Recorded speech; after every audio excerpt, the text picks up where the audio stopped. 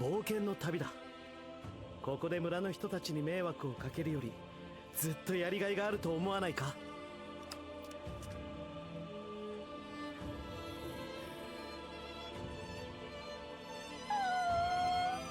うん。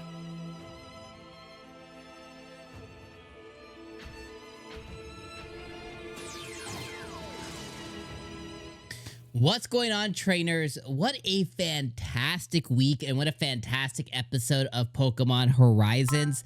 Next week, we're getting Liko's grandma back in the mix with episode number 74, which is awesome because it begins to show even more evidence of Liko's familial ties to Lucius. Obviously, Lucius, I don't necessarily think that she's maybe like a descendant like his grandchild or something. The way it kind of catches me is Lucius may have had familial ties. Maybe he had a sister, a brother, a mother, whatever, and they had he was part of a larger family, which is part of where Liko and her grandma is part of.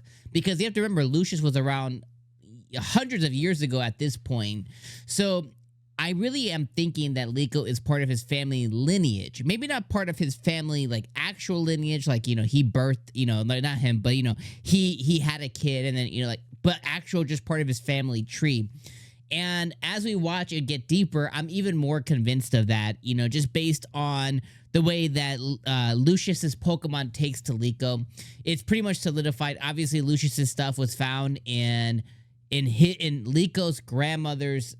It was either basement or attic of her family. So it's like this has been passed down from generations at this point. So I'm even more convinced of that as we kind of go into next week's episode and as Liko's grandma learns about something. But what this episode really did for me, not only did we get, a new addition to the team, not only did we get another Lucius vision, once again, which I really, really enjoyed, this episode, but we also got to see Liko, Dot, and Roy's growth once again this episode as they went and they faced off against the Kleavor. And they were able to kind of show their ability to terrestrialize and do it very methodically and do it the right way. And they made terrestrialization really bombastic this episode, and they made it like a really big moment and big part of this episode. I thought that was really, really cool, to where Florigato could go in and show out 𝐒𝐻𝐻𝐿 or whatever the Pokemon they go in and show out. So they really had this really big moment when they were facing off against Kleavor that I just thought was really, really cool. Also, they kind of showed us Kleavor and Lapras's past, not only during the Lucius vision, but then prior to Lucius being shown. Obviously Lapras and Kleavor have this non-stated pact relationship thing, which I thought was really, really cool as well. And ultimately, the episode kind of finishes off with Kleavor joining the team and joining Liko and seeing Lucius in Liko.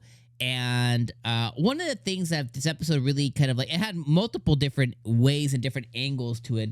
But one of the things that it really kind of got me jazzed up about is what happens after they find Rayquaza.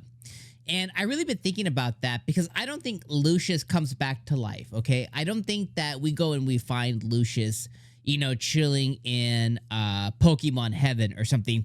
I don't think we find Lucius. I think Lucius is long gone. I think whatever happened to him, happened to him. And I really think this is Liko's story. Lucius just happens to be a big part of it. And I'm even more convinced of that because his Pokemon kind of got spread, across Dragon Balls across the world kind of thing.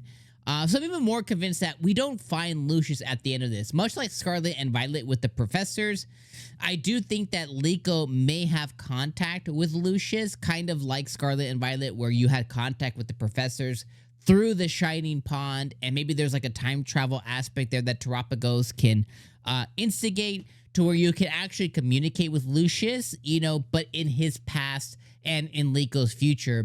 And we can kind of see that connection there. I really think that that's what ends up happening. I don't think that we find Lucius he's just chilling on beach heaven or something. I really don't think that's the case. And after we get past this story and after we find Rayquaza and after Rayquaza joins the team, I really think that these guardian Pokemon or whatever they were trying to. I think that they become Liko's Pokemon, which I think is an even cooler thing. You know, Rayquaza, Lapras, Moltres. Like, this is a really stacked lineup. So I really think at the end of it, I think Liko inherits Lucious's vision. And this was the first step to that, right? Like, she's gathering all the hero Pokemon to go find Rayquaza, just like Lucius originally went to go find Rayquaza, but then his mission became to go find this, you know, alternate, you know, Pokemon Island thing, whatever. So I think that that's what she inherits. I think she inherits Lucious's mission, and I think that's what attracts the 6 Pokemon to her. Now, again, I could be completely wrong, but I believe it becomes a her versus like Team Rocket kind of deal. Like, I believe it becomes her versus the people who are trying to misuse and abuse part of terrestrialization and the amalgam or whatever the, you know, the little purple stuff was, whatever it was called before. I really think that's what the show becomes, and I really love it for that. I think that's just so cool, because then maybe the next step for her is like, oh, okay, I think I want to be I want to be a trainer now, and I think that can really spark, you know, future arcs. Again, I could be really wrong, but if I'm not wrong, that really inspires me and gets me really excited for the future of Pokemon Horizons.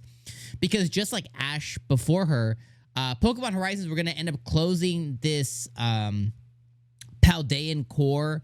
We're going to end up closing this story. And then as the next game, you know, as the next game comes out, right, as, you know, Pokemon 𝐬𝐸𝐴 comes out, and that one's featuring Luminous City, you know, or Lumio City.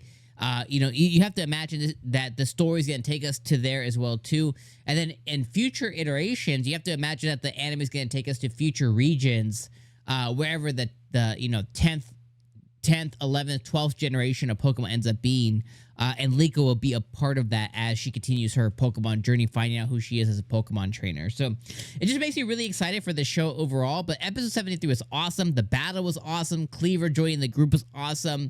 Seeing Lapras and Kleavor was awesome. Seeing the really big Lucius vision of how he obtained Kleavor in the past was really cool. The fact that it shows us like really ancient Japan, ancient China type deal, like, was really dope.